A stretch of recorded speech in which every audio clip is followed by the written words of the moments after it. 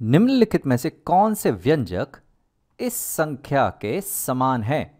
तो हमें यहाँ कुछ व्यंजक दिए गए हैं और हमें यहाँ एक संख्या दी गई है। हमें देखनी है कि ये संख्या किन के समान है। तो चलो शुरू करते हैं। ये जो संख्या हमें दी गई है, यह सातवां मूल v की घात 3। अब इसे हम अलग अलग प्रकार से लिखते हैं।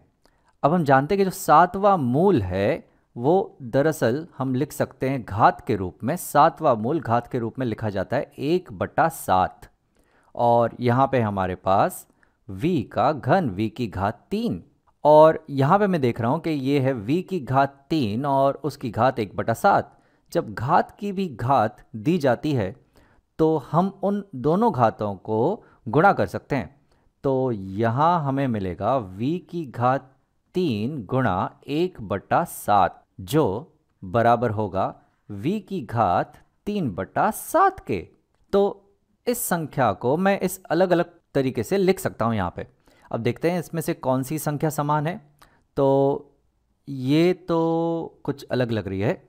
ये वाली है v की घात 3 और पूरे की घात 1/7 जो ये है, तो ये तो बिल्कुल समान है। और अगली हमें दी गई है v की घात 3/7, ये तो हमें यहाँ मिल चुकी है, तो ये भी हमारी संख्या के समान है। अब इस संख्या का क्या? तो चलो इसे हम लेते हैं यहाँ पे। यह है तीसरा मूल v की घात 7 का। तो इसे अगर हम हल करें तो ये बराबर होगा तीसरा मूल हम लिख सकते हैं घात के रूप में 1/3 और यहाँ पे हमारे पास v की घात 7। अब ये है घात की भी घात जो गुणा हो जाएगी, तो ये होगा v की घात 7 गुणा 1/3 जो बराबर होगा v की घात 7/3 के। ये तो गलत है यहाँ पे, क्योंकि ये जो व्यंजक हमें दिया गया था ये हमने निकाला, ये है v की घात 3/7 और ये यहाँ पे है v की घात 7/3, तो ये तो समान नहीं है। चलिए और प्रश्न लेते हैं यहाँ पे।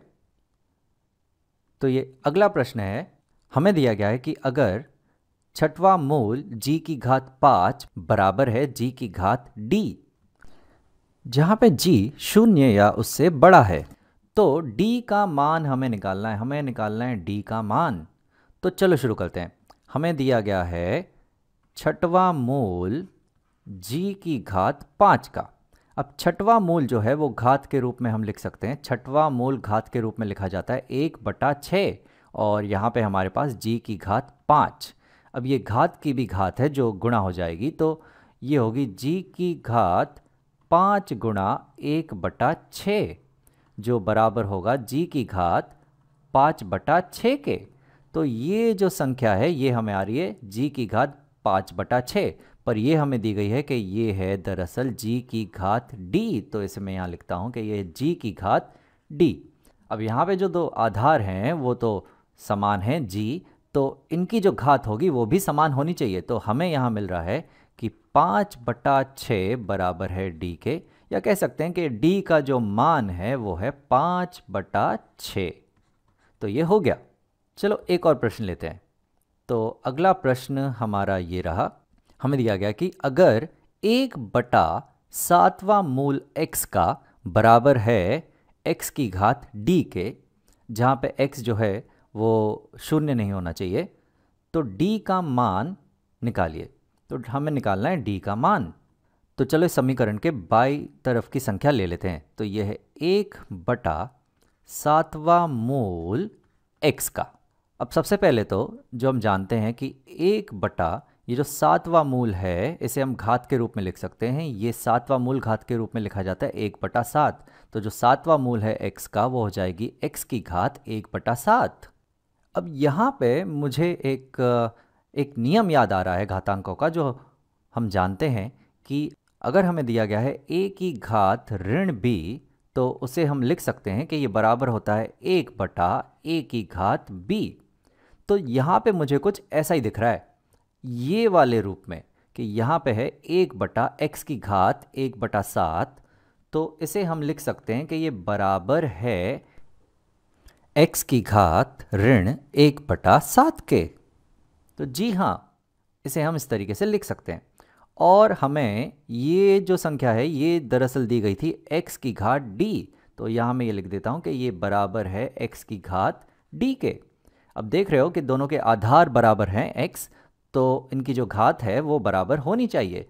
तो हमें मिल रहा है कि जो d है वो बराबर है ऋण 1/7 के। चलो एक संख्या लेते हैं 64 और इसकी घात हम लेते हैं 1/3। तो हम जानते हैं कि 64 की घात 1/3 बराबर होता है तीसरे मूल के 64 के, यानी कि दरअसल ये है 64 का घनमूल। 64 का घनमूल यानी कि ऐसी संख्या जिसे 3 बार खुद से गुणा करने पे हमें 64 मिलेगा, जो संख्या है दरअसल 4। 4 गुणा 4 16 और गुणा 4 64, तो ये संख्या है 4। इसे तुम ऐसे भी देख सकते हो कि 4 का जो घन है वो दरअसल है 64। तो ये तो हमें पता है, लेकिन क्या होगा अगर हमें चाहिए 64 की घात 2/3, तो ये क्या होगा? अब घातांकों का एक बहुत ही बढ़िया नियम है जो मैं इस प्रकार से कुछ तो मैं समझाना चाहता हूँ कि समझो अगर हमें दिया गया है 2 की घात 3 और इस पूरे की घात 4, तो ये दरअसल बराबर होता है 2 की घात के, जहाँ पे ये दोनों घातांक एक दूसरे में गुणा हो जाते हैं, तो ये होता है 3 गुणा 4। तो दरअसल ये बराबर है 2 की घात 12 के।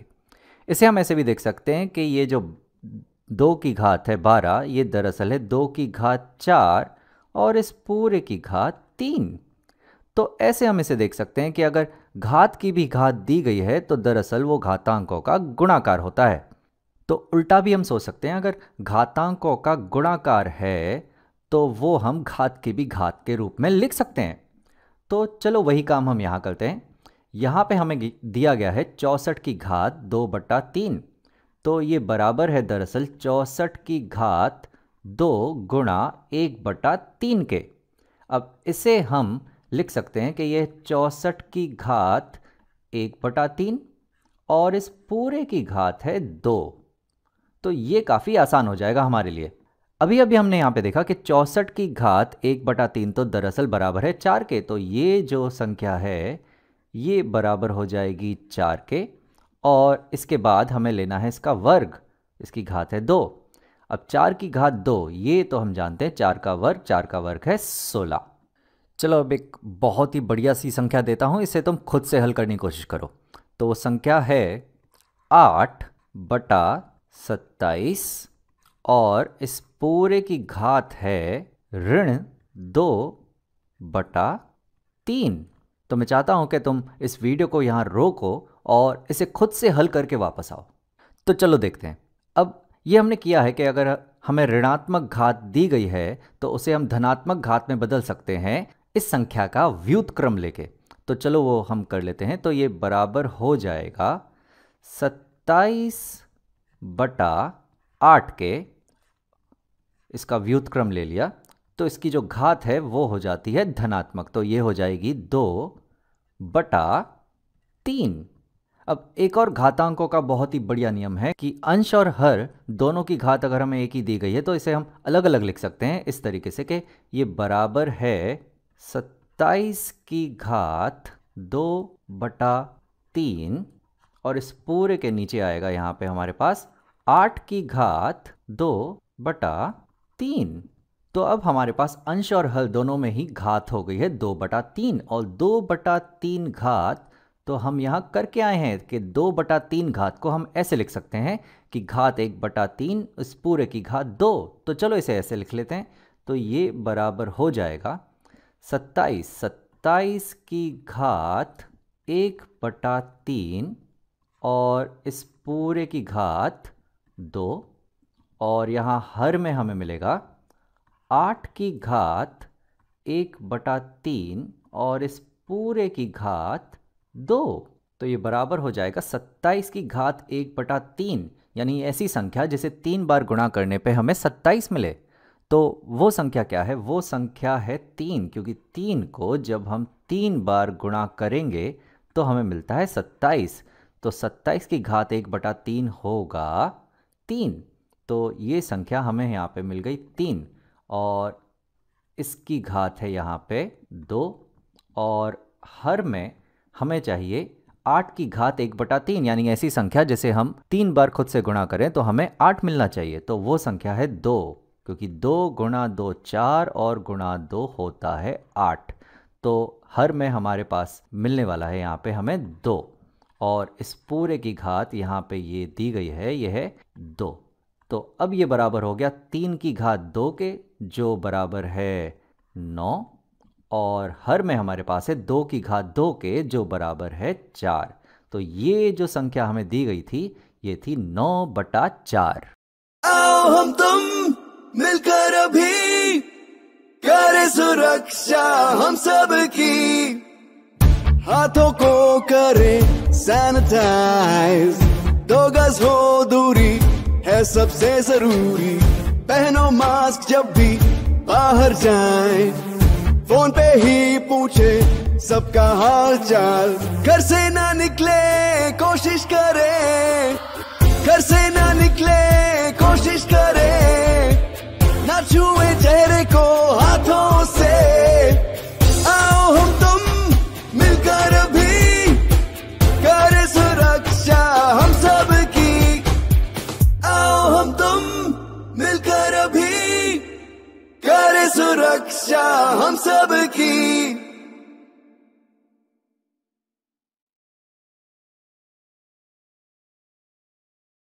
सर्वेभ्यः नमो नमः।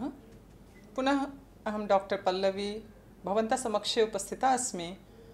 संस्कृतव्याकरणस्य नूतनः अध्यायः नीत्वा अद्य उपस्थिता अस्मि। अद्यस्य विषयः अस्ति कारक। हिंदी भाषायां कारक को संस्कृत व्याकरण का आधार स्तंभ कहा गया है। बच्चों, जब आपने कारक सीख लिया ना, तो आपकी भाषा संस्कृत सीखने की जो आपकी इच्छा है, हम न जानामि भवन्तः इच्छन्ति वा न, परंतु मेरी इच्छा रहेगी कि आप सभी संस्कृत अवश्य सीखें, बोलना जाने, लिखना जाने और उसमें शुद्धता का ध्यान रहे। तो इसके लिए आपके सामने आज मैं आपको कारक का ज्ञान देने वाली हूँ, और इस कारक की सहायता से आप आपके लिखने की जो कला है संस्कृत भाषा में, वो आप उसमें बहुत ही दक्ष हो जाएंगे। तो इससे पहले मैंने आपको अनुवाद बताया था, अनुवाद में कर्ता और क्रिया का ज्ञान करवाया था। उसके बाद और मैंने बताया था आपको कारक, उनके चिन्हों और विभक्तियों का प्रयोग बताया था। तो बस उसी से संबंधित हमारा ये अध्याय है। यह संस्कृत व्याकरण का आधार स्तंभ है। महर्षि पाणिनि ने इसे संस्कृत व्याकरण का आधार बताया है। तो बच्चों, चलिए आज हम लोग कारक का ज्ञान प्राप्त करते हैं। तो बच्चों, हम लोग कारक का ज्ञान अभी प्राप्त करने वाले हैं। तो सर्वप्रथम हम लोग कारक के उत्पत्ति को जान लें। इसका प्रकृति प्रत्यय क्या है। पूर्वक क्री धातु के साथ नवुल प्रत्यय, क्री धातु के साथ नवुल प्रत्यय और रूप निष्पन्न होता है कारक। तो आज कारक की परिभाषा जाने। परिभाषा, प्रथम परिभाषा दिया, क्रिया जनकत्वम कारकत्वम। क्रिया जनकत्वम कारकत्वम, अर्थात जो क्रियापद का जनक या उत्पादक होता है उसे कारक कहते हैं। अगली परिभाषा की ओर देखें।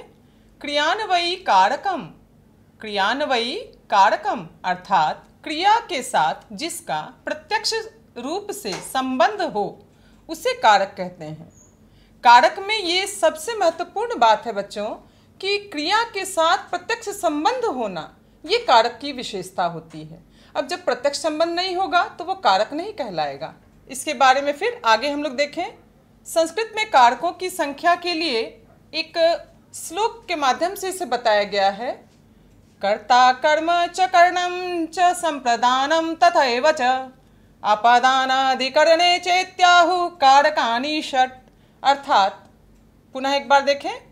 कर्ता कर्म च करणम च संप्रदानम तथैव च अपदानाधिकरणे चेत्याहु कारकानि षट्।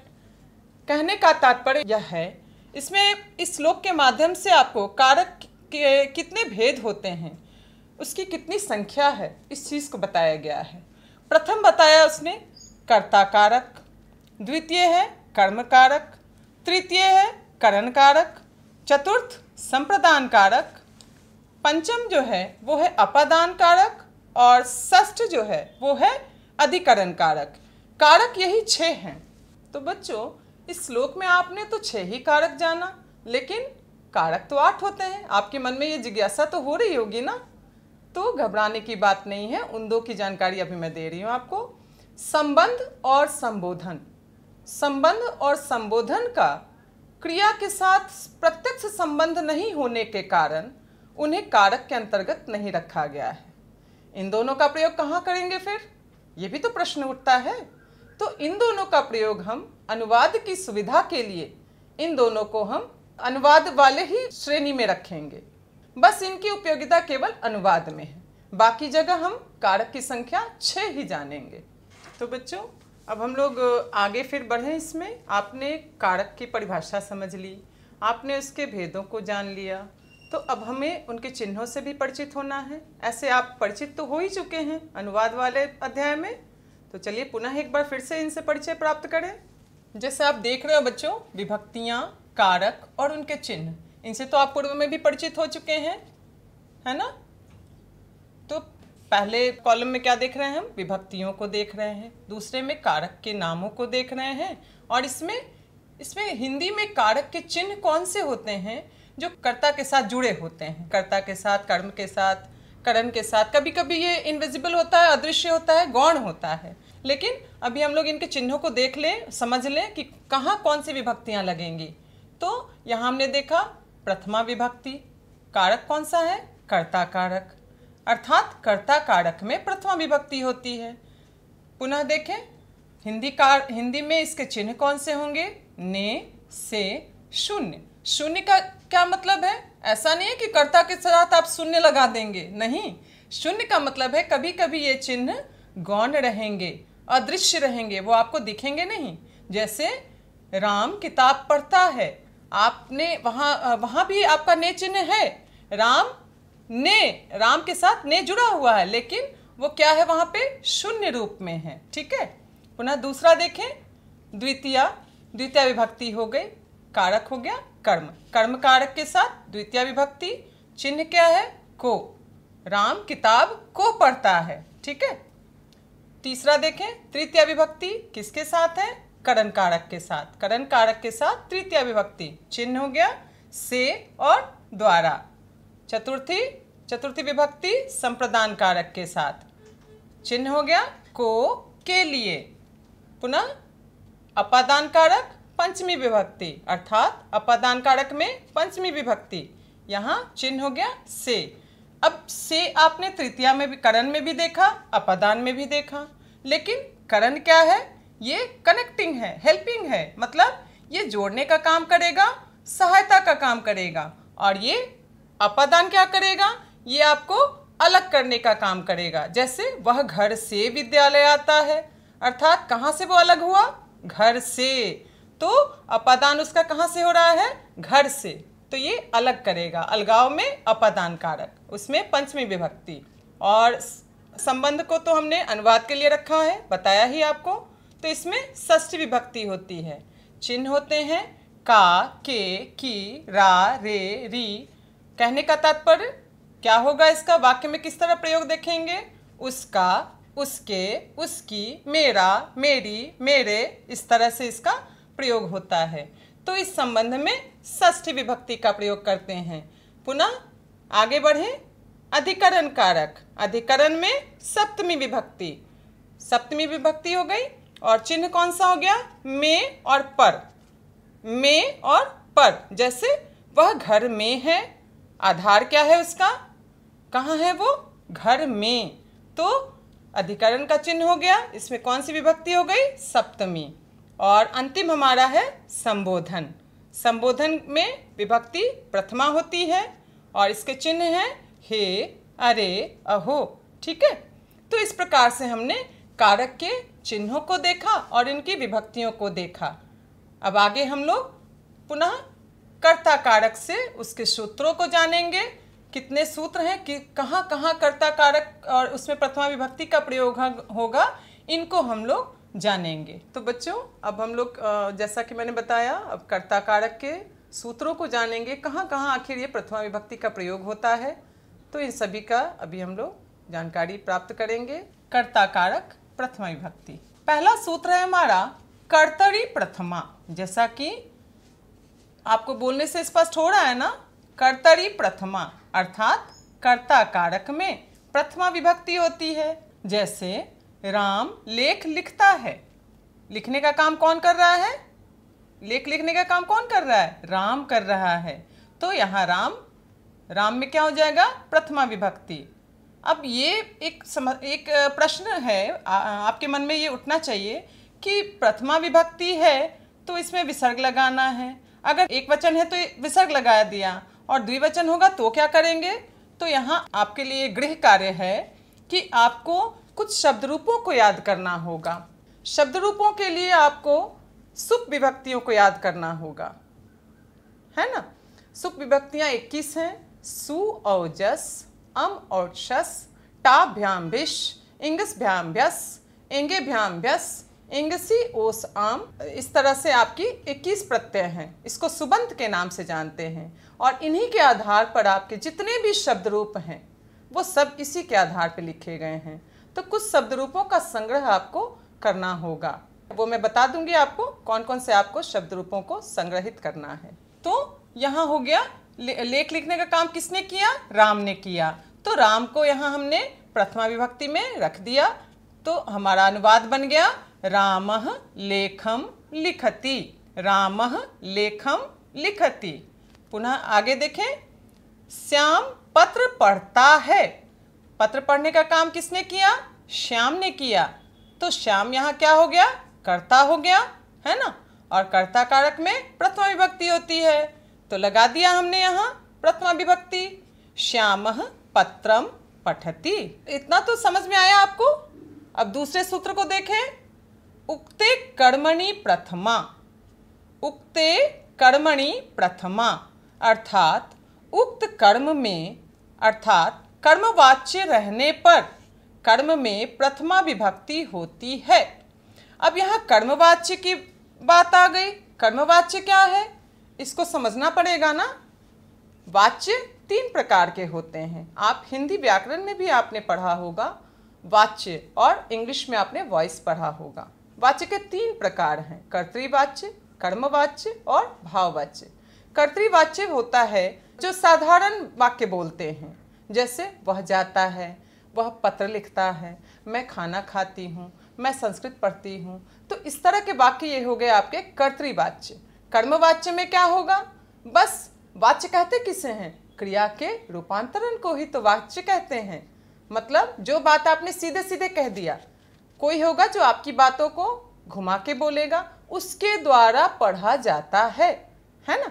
तो ये हो गया कर्मवाच्य का वाक्य। तो वहाँ भी हम लोग क्या करेंगे? उक्ते कर्मणि प्रथमा, अर्थात कर्म उक्त रहने पर उसमें प्रथमा विभक्ति का प्रयोग होता है। तो वहीं से ये सूत्र हमने लिखा, उक्ते कर्मणि प्रथमा। उक्त कर्म में अर्थात कर्मवाच्य रहने पर कर्म में प्रथमा विभक्ति होती है। जैसे मेरे द्वारा शिव पूजे जाते हैं। ठीक है, किसके द्वारा शिव पूजे जा रहे हैं? मेरे द्वारा, है ना। तो शिव, किसकी पूजा हो रही है? शिव की। तो यहाँ प्रधान कौन हो गए? शिव। तो शिव में हम प्रथमा विभक्ति लगा देंगे, मया शिवः पूज्यते। मया शिवः पूज्यते। यहाँ कर्ता जो है मैं, वो गौण हो गई। ठीक है, इसलिए यहाँ ये तृतीय विभक्ति में हो गई। आगे देखें, उसके द्वारा तुम देखे जाते हो। किसके द्वारा देखे जाते हो? उसके द्वारा तुम देखे जाते हो। तो यहाँ पे आप प्रधान हो गए, तुम प्रधान हो गए, इसलिए इसमें प्रथम विभक्ति हो गई और अनुवाद बन गया तेन त्वम दृश्यसे। ये दृश्यसे क्यों हुआ? कर्म के अनुसार हुआ। कर्म में प्रथमा, इसके अनुसार इसकी क्रिया, है ना।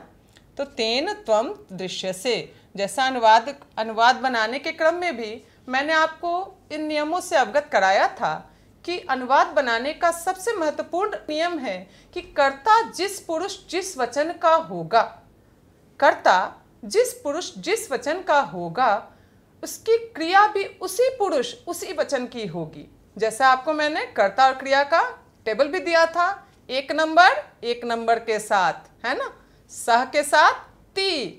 तो इसी प्रकार से बाकी जो 9 थे कर्ता, और 9 क्रियाएं थी, सभी का मैंने बताया था आपको प्रयोग, उसे आप हमेशा याद रखेंगे।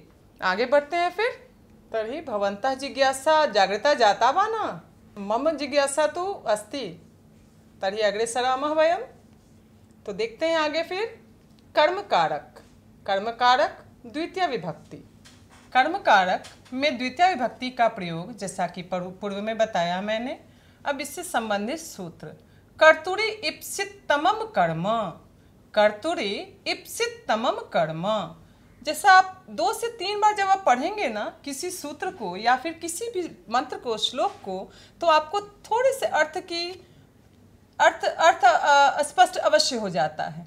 तो मैंने इसको 2 बार पढ़ा। कर्तुरी इप्सिततमम कर्म, अर्थात कर्ता की अत्यंत इच्छा जिस काम को करने में हो उसे कर्म कहते हैं, है ना। कर्ता की अत्यंत इच्छा जिस काम को करने में हो उसे कर्म कहते हैं। यथा रमेश पुस्तक पढ़ता है। रमेश की इच्छा क्या करने की है? पुस्तक पढ़ने की। तो इसलिए पुस्तक क्या हो गया? कर्म हो गया। और कर्म में कौन सी विभक्ति? द्वितीय विभक्ति। तो रमेशः पुस्तकं पठति। रमेशः पुस्तकं पठति। पुनः आगे देखें। सीता भात पकाती है। अब बच्चों एक प्रश्न और आपके मन में उठना चाहिए कि ये जो शब्द हैं पुस्तक, भात, इस तरह के शब्दों का संस्कृत हम कैसे बनाएं? तो इसके लिए आपको संस्कृत का शब्द संग्रह करना है, वो मैं आपको दे दूंगी, उससे आप कंठस्थ कर जाएंगे। तो सीता भात पकाती है। सीता ओदनम पचती। सीता ओदनम पचती। आपने प्रश्न ही किया कि आपने इसमें विसर्ग लगाया, इसमें विसर्ग क्यों नहीं लगाया? ये प्रश्न तो होना चाहिए ना, आपने क्यों नहीं पूछा? चलिए मैं बता देती हूँ आपको।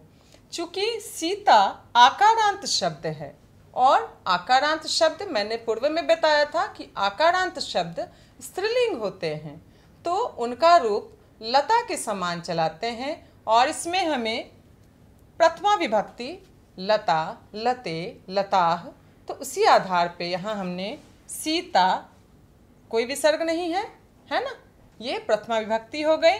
और ओदनम में द्वितीय विभक्ति और पचती सीता के अनुसार इसकी क्रिया। सीता ओदनम पचती। इसका दूसरा सूत्र देखें। कर्मणि द्वितीया। कर्मणि द्वितीया। कर्तृवाच्य के कर्म में द्वितीय विभक्ति होती है।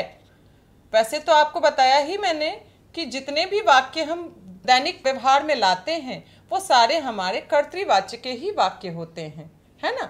तो यहाँ कर्तृवाच्य लिखने से आप भ्रम में नहीं पड़िए। मैं तुमको देखता हूँ। मैं तुमको देखता हूँ। क्या होगा इसका अनुवाद? अहम त्वाम पश्यामि। ठीक है, अहम त्वाम पश्यामि, है ना। कर्ता यहाँ कौन है? मैं हूँ कर्ता। देखा किसे मैंने? तुमको। तो तुम हो गए कर्म। तो कर्म में कौन सी विभक्ति हो गई? द्वितीय, है ना। अहम त्वाम पश्यामि। पुनः आगे देखें। राम फल खाता है। राम फल खाता है। यहाँ फल खाने का काम किसने किया? राम ने। तो राम कर्ता, हाँ, और क्या खाया? तो फल खाया, है ना। तो फल हो गया कर्म, तो कर्ता हो गया राम। राम में प्रथमा विभक्ति और फल है कर्म, इसलिए इसमें द्वितीय विभक्ति। और खादती, ये क्रिया किसके समान? राम के समान, है ना। ये प्रथम पुरुष एक वचन है, क्रिया भी उसकी प्रथम पुरुष एक वचन की हो गई और अनुवाद बना रामः फलम खादति। पुनः अब इससे आगे फिर अगले सूत्र में हम लोग पढ़ेंगे, आगे की जानकारी लेंगे। चलिए देखते हैं फिर आगे। कोरोना वायरस का खतरा होगा कम जब हाथों को बार बार धोएंगे हम। साथियों, जब आपके हाथ गंदे हों, खांसने और छींकने के बाद, किसी भी सतह या वस्तु को छूने के बाद, शौचालय के इस्तेमाल के बाद, खाना बनाने, परोसने, खाने से पहले और खाना खाने के बाद अपने हाथों को 20 सेकंड तक साबुन और पानी से अच्छी तरह धोएं। पानी को बर्बाद ना करें। हाथों को साबुन से मलते समय पानी का नल बंद रखें। हाथ धोते समय आप हाथ धोने के चरणों का पालन करें। पहले हथेली से हथेली, फिर हथेलियों के पीछे, अंगुलियों के बीच में, अंगुलियों के पीछे, अंगूठे के तले पर और आखिर में अंगुली के नाखूनों को अच्छी तरह धोएं। यदि किसी को खांसी, बुखार या सांस लेने में तकलीफ जैसे लक्षण हैं या अधिक जानकारी चाहिए तो अपने नजदीकी सरकारी अस्पताल या सरकार के टोल फ्री नंबर 104 या 1075 पर संपर्क करें। बिहार सरकार और यूनिसेफ द्वारा जनहित में जारी। नमो नमः छात्राः। अद्य वयं कारक प्रकरणे करण कारक विषये पठामः। हिंदी भाषायां वक्तुमिच्छामि इदानीम्।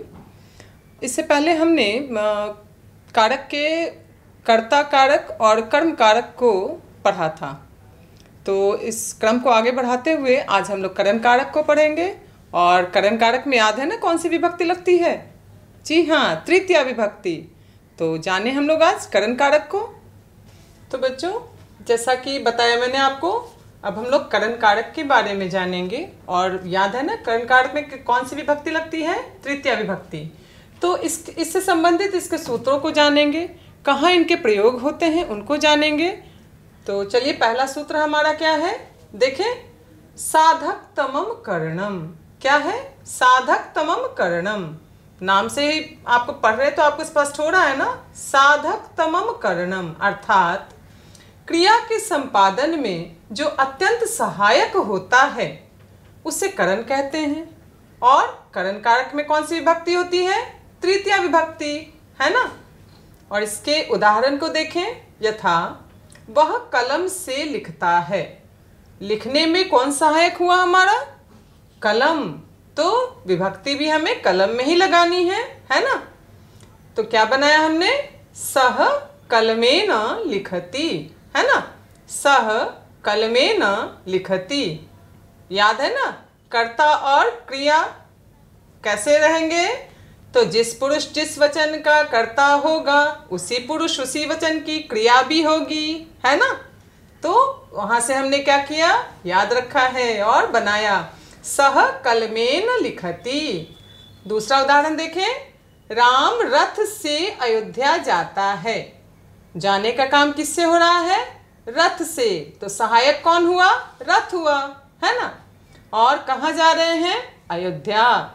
तो ये कौन हो गया? ये कर्म हो गया। तो सूत्र से याद है ना, कर्म में द्वितीया और सहायक जो है उसमें तृतीया। तो हमारा अनुवाद क्या बना? रामः रथेन अयोध्याम गच्छति। क्या बनाया हमने? रामः रथेन अयोध्याम गच्छति। राम रथ से अयोध्या जाता है। तो ये हमारा एक सूत्र हमने सीख लिया। क्या सूत्र था हमारा? साधक तमम करणम। पुनः एक बार दोहरा ले। क्रिया के संपादन में जो अत्यंत सहायक होता है उसे करण कहते हैं और इसमें तृतीया विभक्ति होती है। वहां से हमने उदाहरण को देखा। यहां तक समझ लिया आपने। अब इसके आगे अगला सूत्र देखेंगे। अगला सूत्र है हमारा सहार्थे तृतीया। क्या है सूत्र? सहार्थे तृतीया। जब इसका संधि विच्छेद करेंगे, घबराइए नहीं, संधि भी पढ़ाऊंगी मैं, लेकिन यहाँ आप अर्थ तो निकालिए। सहार्थे यानी सह अर्थ में, है ना। देख रहे हैं, अर्थे है ना, सप्तमी विभक्ति है ना। सह अर्थ में क्या? तृतीया। अर्थ देखें, सह अर्थात साथ। सह अर्थ वाले शब्दों के योग में अप्रधान कर्ता में तृतीया विभक्ति होती है। यहाँ एक प्रश्न आ गया, अप्रधान कर्ता क्या होगा भाई? तो ये आपको उदाहरण में आगे स्पष्ट होगा। जैसे राम मोहन के साथ घर गया। राम मोहन के साथ घर गया। यहाँ घर जाने का काम कौन कर रहा है? राम कर रहा है। तो राम हो गया मुख्य कर्ता और किसके साथ घर गया? मोहन के साथ। तो यही तो है हमारा अप्रधान कर्ता यानी गौण कर्ता। इसी में हमें तृतीया विभक्ति का प्रयोग करना है। तो देखते हैं फिर। तो क्या बना? रामः मोहनेन सह गृहम अगच्छत। क्या बनाया अनुवाद हमने? रामः मोहनेन सह गृहम अगच्छत। अब याद है ना, यहाँ मैंने म हलंत दिया है, क्यों दिया है बताया था ना आपको, म अनुस्वार सूत्र, अर्थात म हलंत के बाद यदि स्वर वर्ण आएगा तो वो म हलंत अपने मूल रूप में होगा, नहीं तो अगर यहाँ स्वर वर्ण की जगह कोई व्यंजन वर्ण आता तो ये म हलंत का अनुस्वार हो जाता है ना। तो याद है ना। तो हमने क्या बनाया, रामः मोहनेन सह गृहम अगच्छत। दूसरा उदाहरण देखें, तुम्हारे साथ मैं भी जाऊंगी। अब यहाँ कर्ता कौन है, पहचान हुई क्या? जी हाँ, कर्ता हो गई मैं जा रही हूँ ना। किसके साथ जा रही हूँ? तुम्हारे साथ जा रही हूँ। तो तुम्हारे साथ जाना अर्थात यहाँ अप्रधान कर्ता कौन हो गए, तुम हो गए। तो तुम में तृतीया और मुझ में प्रथमा, ठीक। तो अनुवाद हमने क्या बनाया, त्वया सह अहमपि गमिष्यामि, क्योंकि मुख्य कर्ता तो मैं हूँ ना, तो क्रिया मेरे साथ होगी। तो हमने अनुवाद क्या बनाया, त्वया सह अहमपि गमिष्यामि। समझ में आई? तो फिर आगे इसके और भी सूत्रों को हम देखेंगे। कारक के प्रकरण को आगे बढ़ाते हुए करण कारक में अगला सूत्र हमारा है अपवर्गे तृतीया। अपवर्गे तृतीया, अपवर्ग किसे कहते हैं तो समझेंगे। अपवर्ग अर्थात किसी क्रिया की फल प्राप्ति होने पर लगातार अर्थ में कालवाचक और मार्गवाचक शब्द से तृतीया विभक्ति होती है। क्या कहा, किसी क्रिया की फल प्राप्ति होने पर लगातार अर्थ में कालवाचक और मार्गवाचक शब्द से तृतीया विभक्ति होती है। अब लगातार अर्थ में कालवाचक क्या होता है, तो जैसे किसी काम को हम कंटिन्यू कर रहे हैं, उसमें कोई बीच में कोई रोक नहीं हुआ, ठीक है। जैसे राम ने महीने भर में वेद पढ़ लिया, है ना। राम ने महीने भर में वेद पढ़ लिया, हाँ, यानी वो पूरे महीने तक किसी और चीज को नहीं पढ़ा, वो वेद ही पढ़ा। तो यही हुआ लगातार, और फल प्राप्ति क्या हुई कि उसने वेद पढ़ लिया। तो इस कालवाचक शब्द में कौन सी विभक्ति हो जाएगी, तृतीया विभक्ति। तो यहाँ महीना भर कालवाचक शब्द हुआ ना। तो अनुवाद हमारा क्या बनेगा, रामः मासेन वेदम अधीतवान, है ना। रामः मासेन वेदम अधीतवान। यहाँ मैंने लंग लकार भी ले सकते हैं, और यहाँ हमने पहले भी बताया था कि अक्त और अक्वतु प्रत्यय जिसे कि लंग लकार भूतकाल में इस्तेमाल किया जाता है, हमने उसको इस्तेमाल किया यहाँ वाक्य के सुंदरता के लिए, उसके शुद्धि के लिए। आगे उदाहरण देखें, मैंने 3 वर्षों में किताब लिखा। मैंने किताब लिखने का काम कितने वर्षों में किया, 3 वर्षों में, है ना। तो अनुवाद क्या बना, अहम त्रिभिः वर्षैः पुस्तकम अलिखम, है ना।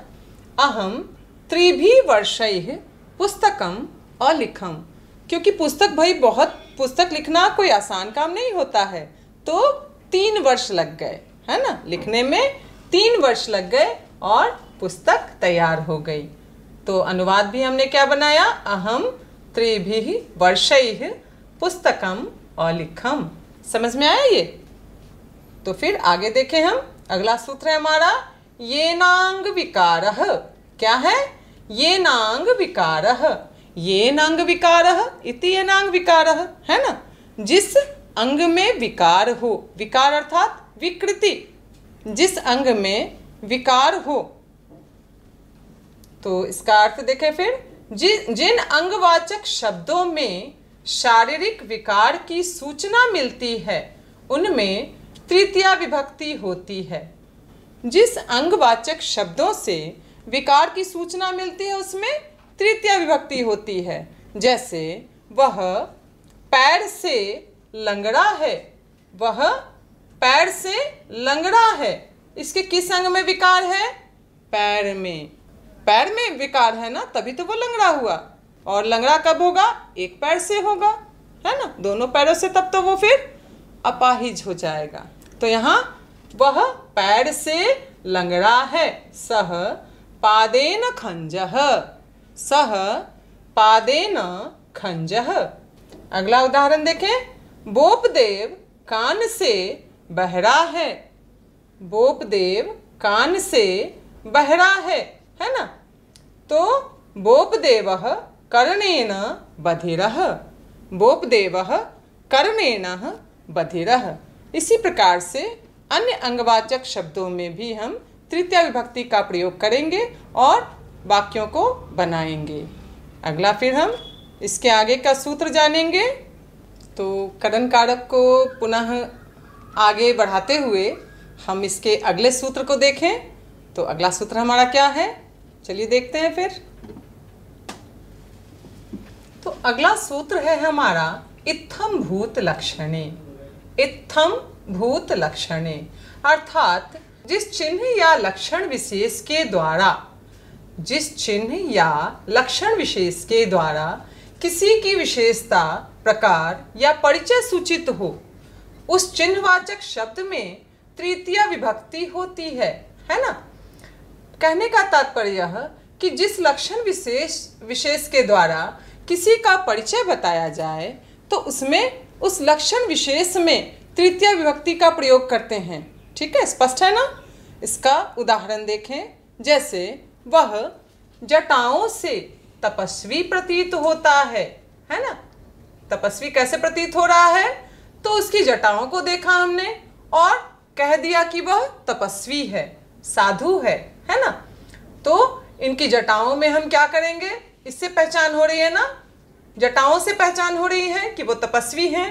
तो चिन्हवाचक शब्द में है ना, इस परिचय में हम तृतीया विभक्ति का इस्तेमाल करेंगे और अनुवाद बनेगा सह जटाभिः तापसः प्रतीयते। सह जटाभिः तापसः प्रतीयते। दूसरा उदाहरण देखें। वह शस्त्र से योद्धा प्रतीत होता है। हमने शस्त्र को देखा और कह दिया कि वो एक योद्धा है और अनुवाद हमने क्या बनाया, सह शस्त्रेण योद्धा प्रतीयते। हाँ, सह शस्त्रेण योद्धा प्रतीयते। इस प्रकार से और भी जितने परिचय सूचक शब्द होंगे उनमें भी हम तृतीया विभक्ति का प्रयोग करके अन्य वाक्यों को भी उनका अनुवाद करेंगे। इसके बाद पुनः हम आगे बढ़े। तो अगला सूत्र है हमारा हेतौ तृतीया पंचमी च। हेतौ तृतीया पंचमी च। अब एक प्रश्न आया ना कि यहाँ तृतीया भी है पंचमी भी है, ऐसा क्यों? तो हेतु, हेतु अर्थात कारण अर्थ में दो विभक्तियों का प्रयोग किया जाता है, तृतीया और पंचमी विभक्ति का। तो इसलिए इस सूत्र में हमने इसको इस प्रकार लिखा, हेतौ तृतीया पंचमी च।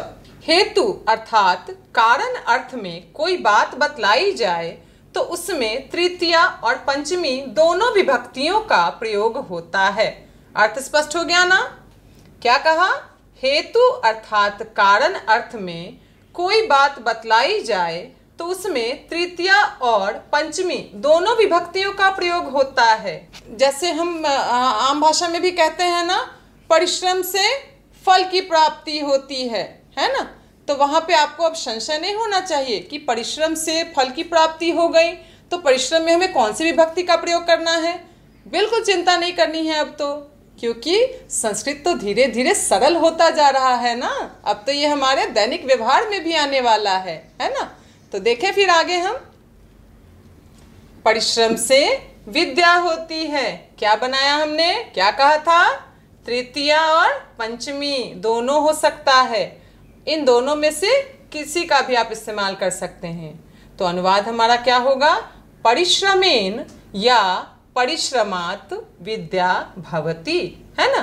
परिश्रमेन या परिश्रमात् विद्या भवति, दोनों में से कोई भी एक आप इस्तेमाल करेंगे और अनुवाद बनाएंगे तो आपका अनुवाद बिल्कुल ही सही होगा।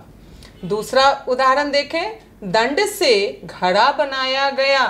किससे घड़ा बनाया गया? दंड से। अब यहाँ दंड ये पनिशमेंट नहीं है, सजा नहीं है। चाक में लगा होता है ना बीच में, वो उसे दंड कहते हैं। और उसी से तो कुम्हार अपने बर्तनों को आकार देता है ना। तो यहाँ हमने उदाहरण क्या दिया, दंड से क्या बनाया जाता है, घड़ा, घड़ा बनाना। तो अनुवाद इसका क्या बनाया हमने, दंडेन दंडात, दंडेन या दंडात घटः निर्मितः। क्या बनाया हमने, दंडेन या दंडात, दोनों में से किसी विभक्ति का प्रयोग कर सकते हैं। घटः निर्मितः यानी दंड से घड़ा बनाया गया। इस प्रकार से हमने करण कारक के विभिन्न सूत्रों को देखा, उनकी जानकारी ली, और इससे अतिरिक्त भी और सूत्र हैं, किंतु वो आपके दैनिक व्यवहार में बहुत ज़्यादा उपयोगी नहीं हैं। इसलिए इन महत्वपूर्ण सूत्रों को आप अपने मन मस्तिष्क में एकदम कंठस्थ करके रख लेंगे, और इससे आपके पता है ना 3 काम आसान होने वाले हैं। कौन कौन से, अनुच्छेद लेखन, पत्र लेखन और अनुवाद, है ना। 3 शिकार होने वाले हैं, एक बस कारक से, है ना। तो फिर इससे आगे फिर हम आगे बढ़ते हैं, संप्रदान कारक। तो बच्चों अब हम क्या पढ़ने वाले हैं, संप्रदान कारक, है ना। हमने क्या क्या पढ़ लिया, कितने जल्दी हमने ये सफ़र आगे बढ़ते हुए हमने इस सफ़र को लगभग आधा से अधिक कंप्लीट कर लिया, है ना, पूरा कर लिया।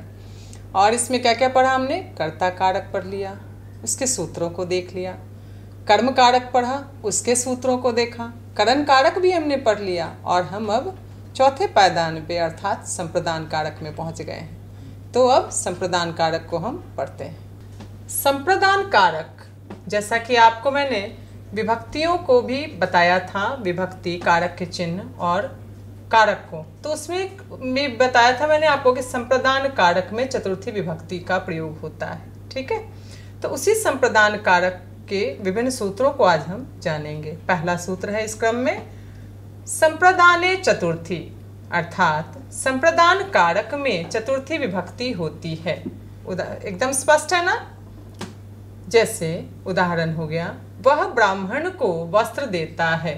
संप्रदान कौन होता है, तो जिसे दान में हम कुछ देते हैं, जिसे कुछ दिया जाए, वो संप्रदान हुआ, है ना। तो उदाहरण देखें हम, वह ब्राह्मण को वस्त्र देता है, सह जिसे हमने दिया, संप्रदान कौन है यहाँ, ब्राह्मण, है ना। तो इसमें चतुर्थी विभक्ति हो जाएगी, सह ब्राह्मणाय वस्त्रम ददाति, सह ब्राह्मणाय वस्त्रम ददाति। दूसरा उदाहरण देखें, राजा भिखारी को भोजन देता है, राजा भिखारी को भोजन देता है। यहाँ संप्रदान कौन हो गया, भिखारी हो गया, भिखारी है ना संप्रदान। इसमें हम चतुर्थी विभक्ति का प्रयोग करेंगे। तो राजा के लिए शब्द है ना नृपः, या फिर आप राजा भी इस्तेमाल कर सकते हैं। बच्चों, संस्कृत भाषा जो है वो आपको बहुत सी चीज़ों की छूट देता है। आपको कहीं से कुछ इसके लिए ज़्यादा परिश्रम नहीं करना है। अगर आपको संस्कृत में हिंदी के शब्दों के संस्कृत नहीं आ रहे हैं, तो संस्कृत आपको कहता है क्या कि आप उसे ज्यों का त्यों अपनी भाषा में इस्तेमाल कर सकते हैं। अनुवाद बनाने में भी आप उन शब्दों को हिंदी में इस्तेमाल कर सकते हैं, बस उनके विभक्ति का उचित प्रयोग करना है। तो यहाँ हमने क्या बनाया, नृपः भिक्षुकाय भोजनम ददाति। अगर हमें नृपः नहीं पता था तो हम क्या बनाते, राजा भिक्षुकाय भोजनम ददाति, तो भी हमारा अनुवाद बिल्कुल सही होता। तो अब पुनः आगे देखें, इसे हमने समझ लिया ना, संप्रदाने चतुर्थी स्पष्ट हो गया। अब हम आगे के सूत्र को देखें, रुच्यर्थानां प्रियमाणः, रुच्यर्थानां प्रियमाणः, अर्थात रुच धातु के योग में जिस व्यक्ति को कोई चीज़ अच्छी लगती है उसमें चतुर्थी विभक्ति होती है। रुच यानी अच्छा लगना, रुचि होना। हाँ, तो जिस व्यक्ति को कोई चीज़ अच्छी लगेगी ना, उसमें चतुर्थी विभक्ति का प्रयोग करेंगे। उदाहरण देखें हम, हरि को भक्ति अच्छी लगती है ना। हरि को क्या अच्छी लगती है, भक्ति, यानी हरि को भक्ति में मन लगता है। तो इसका अनुवाद हमने बनाया, हरये रोचते भक्ति। ठीक है, क्या बनाया, हरये रोचते भक्ति। अब दूसरा उदाहरण देखें, लड़कों को मिठाई अच्छी लगती है। भाई ये लड़कों की बात नहीं है, लड़कियों को भी मिठाई अच्छी लग सकती है ना।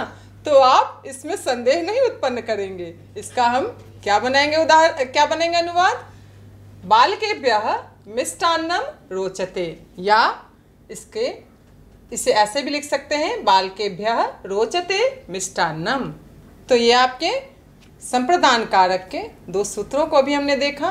पुनः इसके आगे बढ़ेंगे और तो बच्चों फिर इस क्रम को आगे बढ़ाते हैं और पुनः संप्रदान कारक के अन्य सूत्रों को भी हम सीखते हैं। तो अगला सूत्र है हमारा स्पृहेरिप्सितः। क्या है, क्या पढ़ेंगे? स्पृहेरिप्सितः। स्पृह अर्थात इच्छा। स्पृह धातु के योग में जिस चीज की इच्छा होती है उसमें चतुर्थी विभक्ति होती है। जैसे किसी चीज की इच्छा होती है ना, आपकी भी इच्छा होती है कि मुझे ये चीज, इसकी इच्छा है। हाँ, तो उदाहरण देखें, लोग पद की इच्छा करते हैं। ये तो भाई सभी लोग करते हैं ना कि पढ़ लिख कर हमें एक उच्च पद प्राप्त हो, है ना। तो उस उच्च पद की प्राप्ति में हमें चतुर्थी विभक्ति का प्रयोग करना है। तो उदाहरण देखते हैं, लोग पद की इच्छा करते हैं। जनाः पदाय स्पृहन्ति, है ना। लोग किस चीज की इच्छा करते हैं? पद की। तो जनाः पदाय स्पृहन्ति। दूसरा उदाहरण देखें, ज्ञानी ज्ञान की इच्छा करते हैं। जो ज्ञानी होते हैं ना, वो और भी ज्यादा ज्ञान की इच्छा करते हैं। ज्ञानी ज्ञानाय स्पृहयति, है ना। ज्ञानी ज्ञानाय स्पृहयति। तो इस प्रकार से यह सूत्र हमारा पूर्ण हुआ। क्या सूत्र था? पुनः एक बार देख लें क्या? स्पृहेरिप्सितः। स्पृह धातु के योग में जिस चीज की इच्छा होती है उसमें चतुर्थी विभक्ति का प्रयोग होता है। जैसे लोग पद की इच्छा करते हैं, जनाः पदाय स्पृहन्ति, और ज्ञानी ज्ञान की इच्छा करते हैं, ज्ञानी ज्ञानाय स्पृहयति। पुनः अगला उदाहरण, अगला सूत्र देखें, तादर्थे चतुर्थी। तादर्थे चतुर्थी, जिसके लिए कोई काम किया जाए उसे तादर्थ कहते हैं, है ना। तादर्थ किसे कहते हैं? तो जिसके लिए कोई काम किया जाता है। और तादर्थ में कौन सी विभक्ति? तादर्थ में चतुर्थी विभक्ति होती है। जैसे वह मुक्ति के लिए हरि को भजता है। हरि को क्यों भज रहा है? वो हरि को क्यों स्मरण कर रहा है?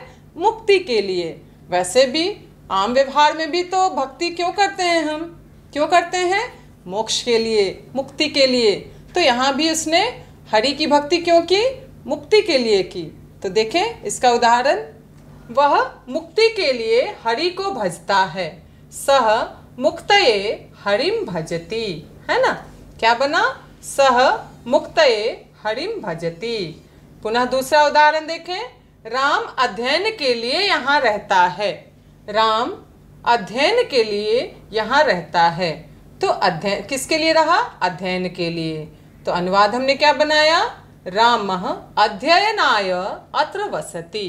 रामः अध्ययनाय अत्र वसति। इसी प्रकार से अन्य भी हम उदाहरण बनाएंगे और इससे संबंधित अनुवाद को पुस्तक की सहायता से हम बनाएंगे, अभ्यास करेंगे, और तभी हमारा ज्ञान जो होगा वो सुदृढ़ होगा।